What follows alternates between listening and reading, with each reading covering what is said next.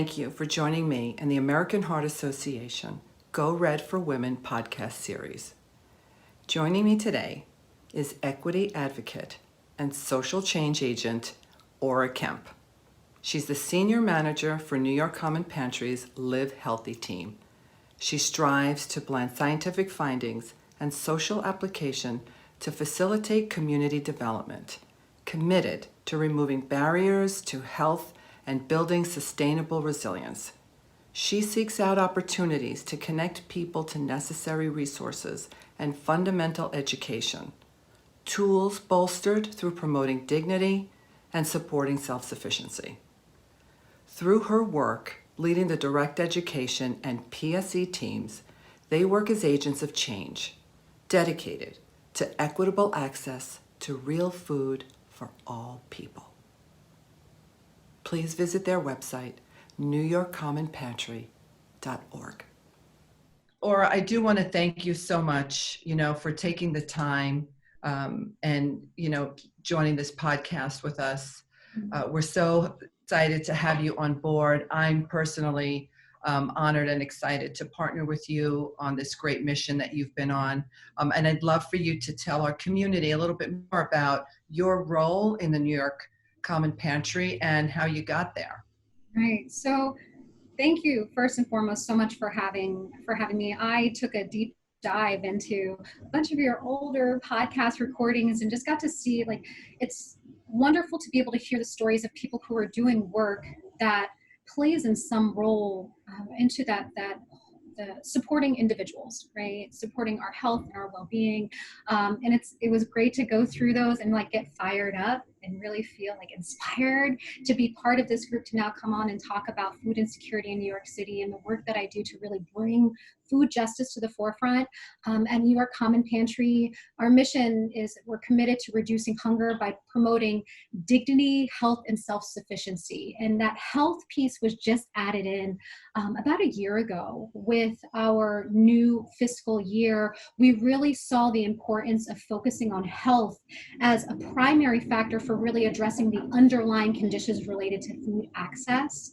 My background is in nutrition. Originally, I was in school to become a dietitian, and it got to a point in my schooling where we had this required course called Food Medication Interactions. And I remember when it got to the point where I had to take that course, I personally had a lot of issues with that because I saw food as being a preventative tool for our health. And in this class, we were looking at medication as the primary treatment, with food being the thing that might be impacted. So with a lot of medications, there might be challenges with certain nutrients being blocked in our system and unable to be absorbed. So they give you this class as a dietitian to understand how it is that our human body can be influenced by that medication.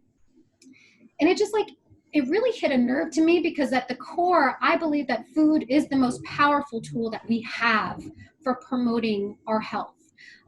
So when I refused to enroll in the course, they told me that if I didn't, I would not be able to become a dietitian. And I was like, all right, well, I'll pick a different route then. So I ended up getting just the generalized major in nutrition and food sciences, and I did a minor in public health.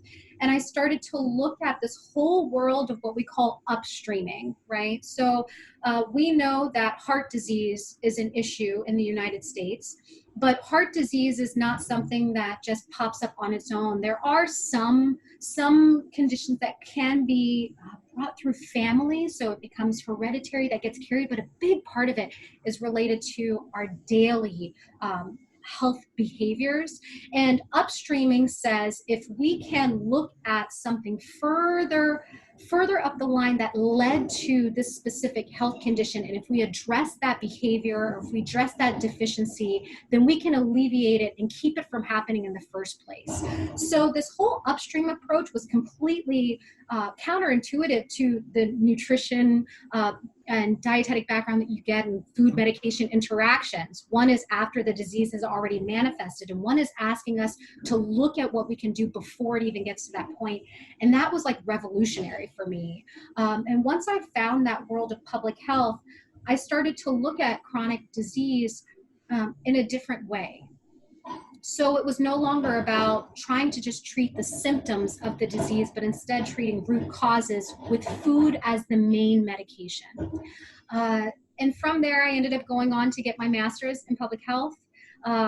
Between my bachelor's and my master's, I owned a restaurant for a few years. So I actually got to do a lot of serving directly to people, which I loved, but I wanted more. So I went through and I finished my master's in public health with a focus on community health education and geographic information systems, so being able to do things like mapping and data analysis on a visual platform. And then from there, I went straight into my PhD in urban health. And my main focus there is food equity. So being able to look at our food structures, systems, and policies and think of ways to reinforce them so that healthy is our standard and we're able to address every challenge that we face in chronic disease by primarily pressing into that idea of promoting health to reduce disease. When I started my PhD, I really wanted to get some real world experience of applying, the theory behind food studies and health into real world practices where people are struggling to even reach a level of health because of the deficiencies in healthy, adequate food within a community. So I looked at, places and agencies that were doing work on the front lines of really trying to reduce food insecurity. And New York Common Pantry was one of them. I hit my 2-year mark, right as we were going into stay at home. So that you will always remember, right? For the rest of exactly. Life. In your work now, how do you see what's changed with the whole COVID-19 epidemic? I mean, it seems to be, right? It's the hot topic because it's what we're all going through, right? You're home, I'm home. Having an interview along with the rest of the team that's on the podcast here. How's it changed in your work? I mean, some of the biggest changes that we've had are just how we have to adapt to continue delivering our services. So because we are essential, we did not close. We continue to serve the community. We had to cut some of our services. We have 5 different programs, so 5 different branches that all focus on a different aspect of food insecurity or being able to provide support to the community. So one of our programs that we had to scale back during this time was Project Dignity, which is our homeless and houseless services for New Yorkers. So we provide everything from showers to laundry, haircuts, psychiatric services, mail services. We provide that every single week, including things like our hot meals and stuff. We had to put all of that on pause because it required people coming into the building and staying with us. And we knew that that was not going to be a possibility during this time. So we did have to scale those back. We did adapt, though, with our hot meals to serve them from the door. So we have teams that have been coming in, being able to package and prep it up. We'll package a few meals at a time so we can limit how often they have to come in contact with other people, as well as being able to provide protective equipment. So masks, gloves, sanitizer, things like that, so that they can at least do their due diligence to keep themselves safe, even if they are unable to find safety or shelter while going through this pandemic. Next, we'd have an increase of 190% registration for new members. And even with being at the stay-at-home, we've seen our numbers for pantry this year rapidly increasing over where we were last year. So the number of people who are now needing support is growing, and we expect to continue to see that rise over time, especially as the unemployment rate continues to stay very high, as places are still closed and adapting to this new normal. We anticipate seeing a lot of people who maybe in the past have never had to worry about where their next meal was coming from are now working within those constraints. So we're seeing a lot of new people, so scaling up to adapt to that. We have taken a few internal changes to try and adjust to meeting this new normal. One of them being we stand apart as a pantry because we're a choice pantry, meaning when you come into the pantry, it's not a prepackaged bag that we just give you. You actually sit down with an iPad and you select every single item that you'd like to have in your bag for that day based on your family size.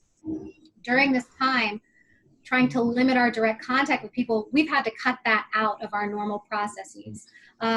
In that. we've seen a drop in volunteerism. 70% of our manpower is normally volunteer based, and that cut down to about 4% during this time. So we saw a huge drop in volunteerism, which meant we had a lot less hands on deck.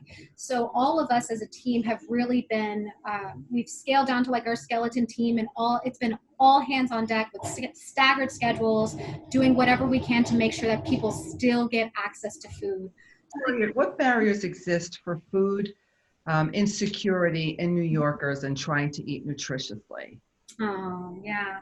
So, my team, our Live Healthy team really looks at, barriers to health, right? Specifically related to individual level behaviors and individual changes to help promote health through diet, right?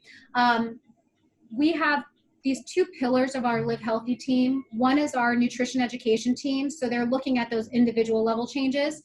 And then we have our policy systems and environments team. They look at the built environment, the policies that go into creating the routes for food to get into and out of our communities, as well as the systems and structures that deliver food into the community. So it's all of the things outside of the individual, right? So, what grocery stores do you have in your neighborhood? Do they sell fresh produce? Is it affordable?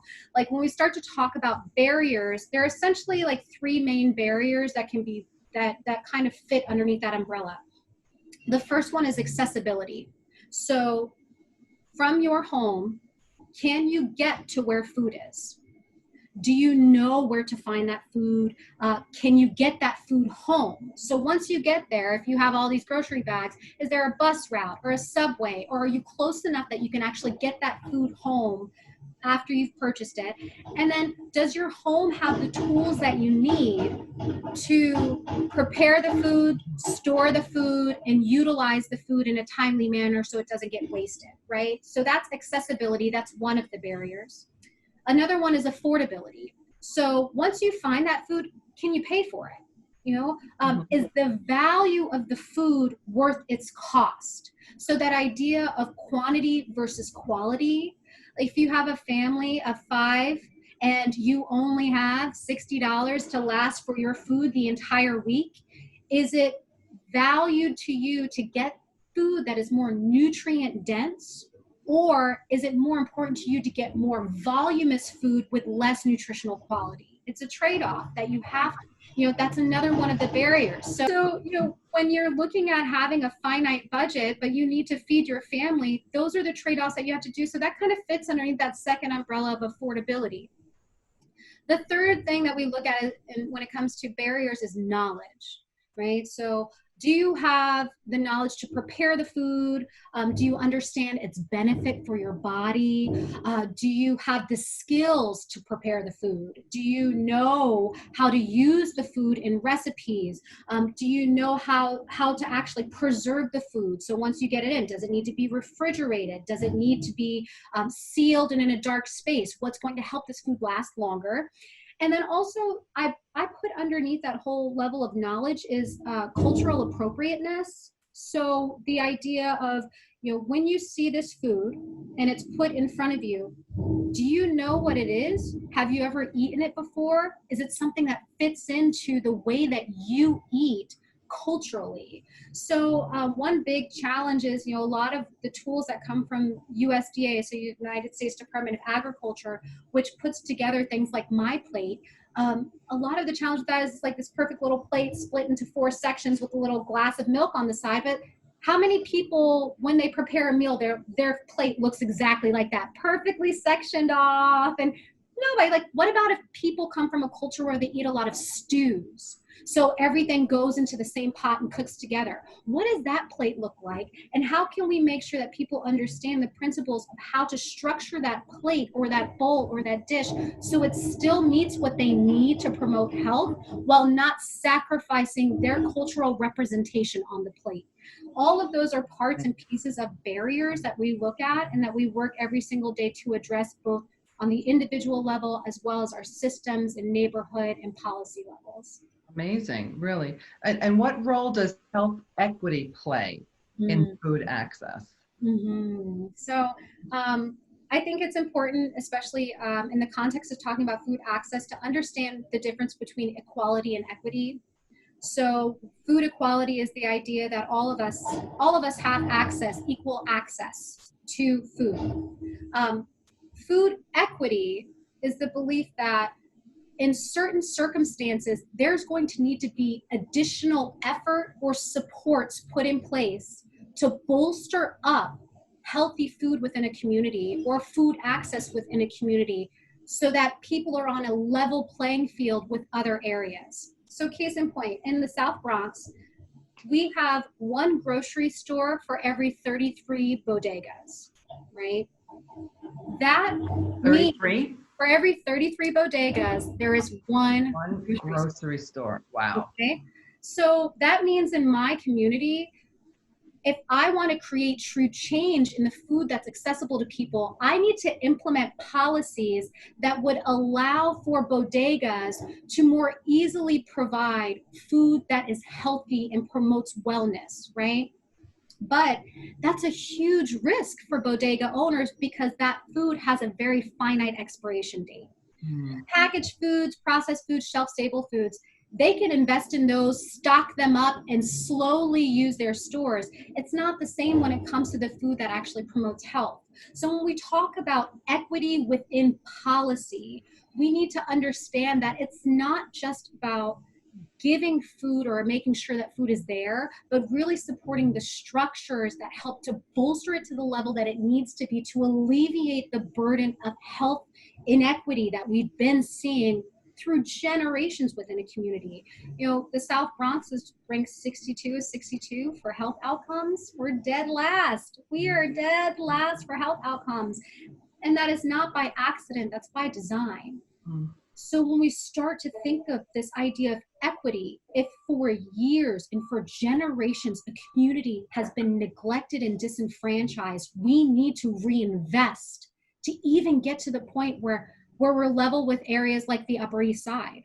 How are you dealing with those barriers? You know, we do a few things. So within my team, we have on our PSE team especially, we do a lot related to policy proposals. So you know, working within policy to be able to create structural change to bring more food into our community is one way that we're working.